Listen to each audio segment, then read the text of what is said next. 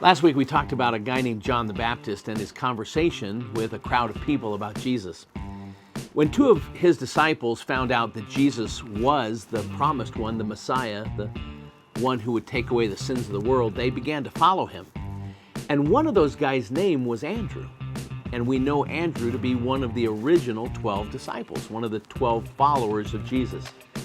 And we also know that Andrew was very significant in that he introduced his brother Simon to Jesus. In fact, what we find out is that Andrew goes to Simon and says to Simon, "Hey, we found the Messiah. Come and see." And it's a remarkable invitation that Simon follows up on and goes and meets Jesus. And when Jesus meets Simon, he says, "You're no longer going to be called Simon. I'm going to call you Petros," the Greek word for Peter. And Peter means the rock.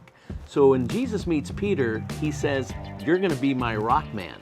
And we know through the course of the next 3 years that Peter becomes the leader of the 12 disciples.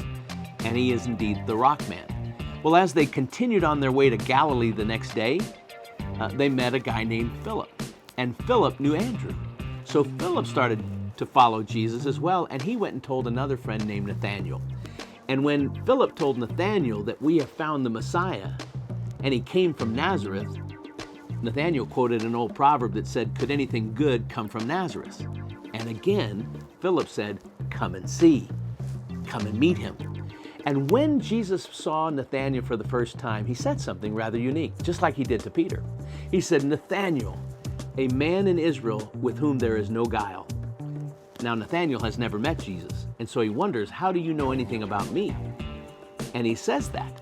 And Jesus says, "When Philip came and talked with you under the fig tree, I saw you."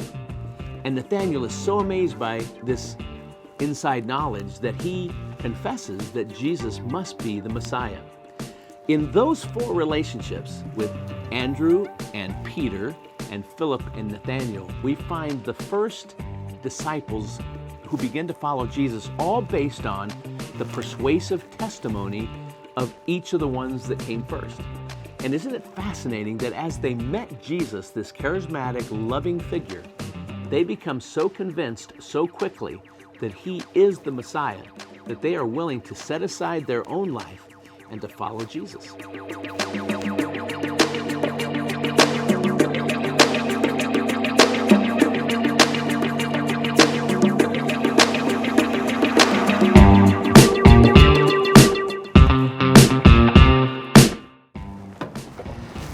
Have you ever heard that the best kind of advertising that there is word of mouth advertising? In wanting to get people to be excited about an event or a place that you want them to go to, you have to spread the word. And that's exactly what's happening in Jesus' life during the early days of his ministry. As Andrew becomes convinced that Jesus really is the Messiah, what does he do? He goes and tells Simon, his brother, and he says, "Simon, we found him. The Messiah has come." And when Simon goes and finds Jesus, he becomes convinced. And then their buddy Philip, who was raised in their same hometown, when he hears about it, he goes and tells his friend Nathaniel. And there you have the first four disciples of Jesus, the first four of his 12 that begin to follow Jesus and share in his ministry and tell other people that Jesus is the Messiah. The importance of that idea of spreading the word, of telling others and sharing with them what Jesus has done in your life is what we really want to focus on. There's a reality in life that I think is very true. Convinced people can convince people about the possibility that something is true. And when convinced people share that, the message that Jesus has made a difference in my life, that he's helped me, and this is how he's helped me, or when they see evidence of that in a changed life, that's amazing to people. And at least they'll consider, well, what are they talking about? What are they believing in? And they might embrace it too, just like Andrew convinced Peter and Philip convinced Nathanael. And that's the power of spreading the word, of sharing the good news. Now, that doesn't mean that something's true just because someone says it's true or because they believe in it. We fully grant that. But it's an amazing starting point. A personal testimony is an amazing starting point for sharing with somebody and giving them the opportunity to at least think about the possibility that there is some good news to be found. And I've just heard about it, and I want to consider this.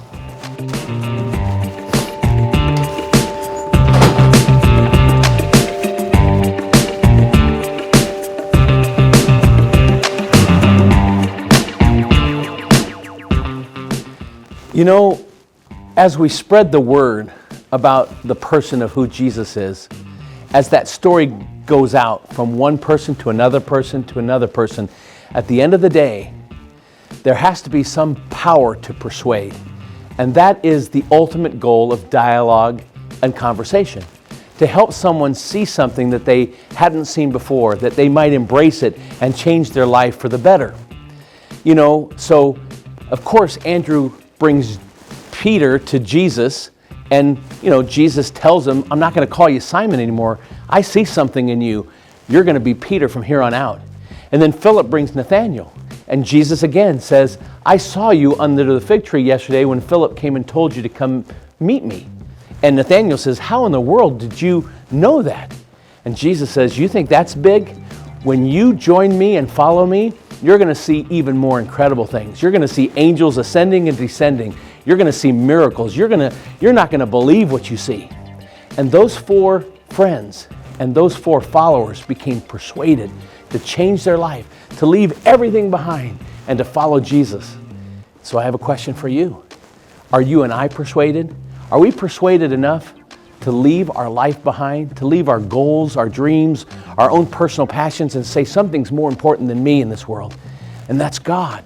And that's a relationship with His Son, Jesus Christ. And by being persuaded, you then make the same decision that those 4 disciples made long ago, that Jesus is the one. He's the one we're waiting for. He's the one who can take away my sin. He is the Messiah. He's our Savior. And that's everything. The power to persuade based upon the shared testimony and the evidence that follows. So I ask you, are you persuaded that Jesus is the one? I am.